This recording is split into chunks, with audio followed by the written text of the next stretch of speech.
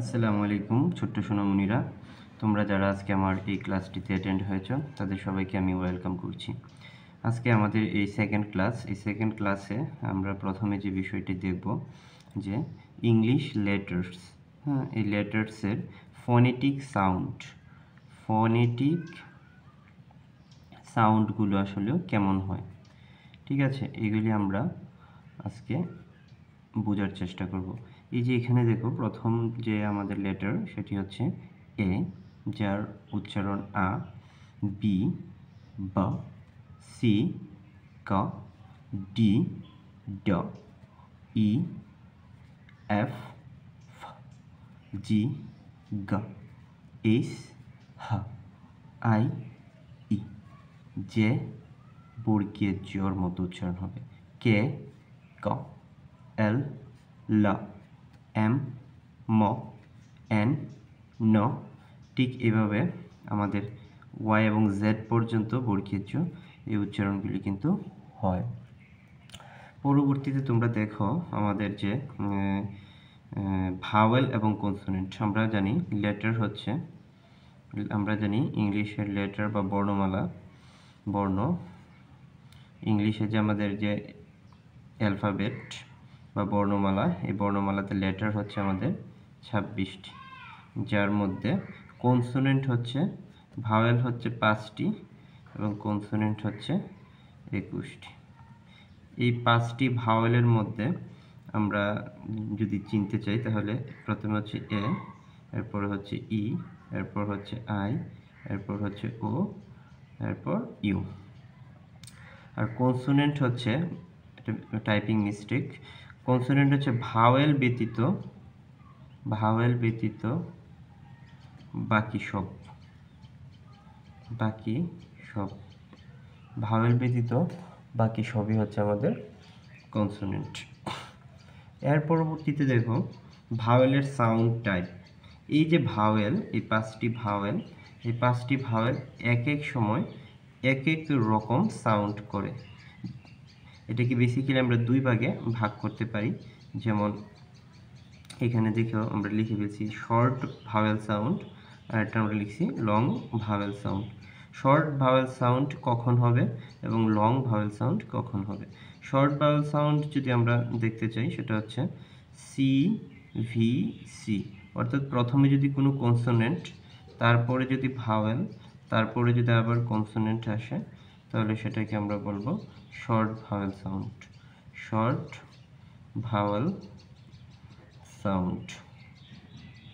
কিন্তু কোনো একটি ওয়ার্ডে যদি প্রথমে ভাওয়েল, তারপর কনসোনেন্ট, তারপর আবার ভাওয়েল, অর্থাৎ ভিসিবি ফর্মে থাকে, তাহলে লং ভাওয়েল সাউন্ড আসবে। তাহলে কি ভাওয়েল আসবে? Long vowel sound. এখন আমাদের এই ভাওয়েলগুলি কখন লং হবে এবং কখন শর্ট হবে সেটা আমরা একটা সুন্দর টেবলের মাধ্যমে আমরা দেখার চেষ্টা করব।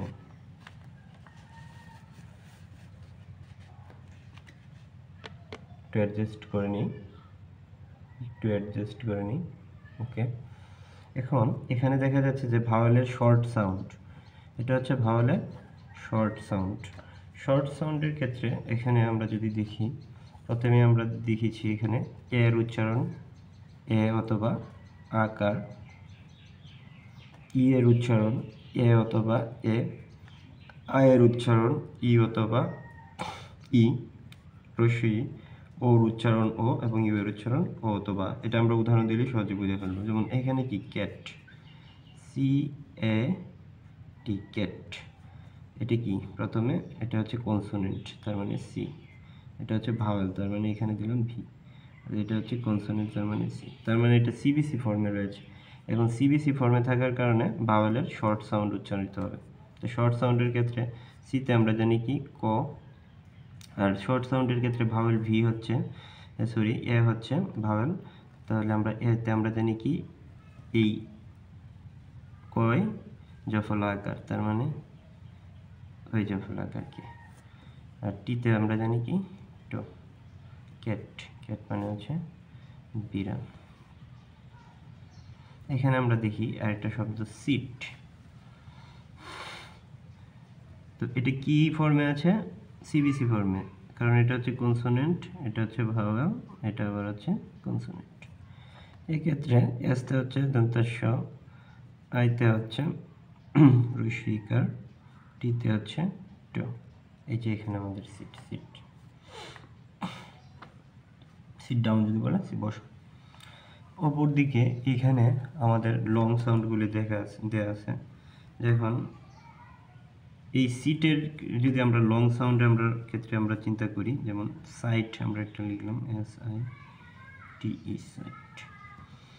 এই যে দেখেন এখানে হচ্ছে ভি, এখানে হচ্ছে সি, এটা হচ্ছে ভি, তার মানে এটা ভিসিবি ফর্মে রয়েছে।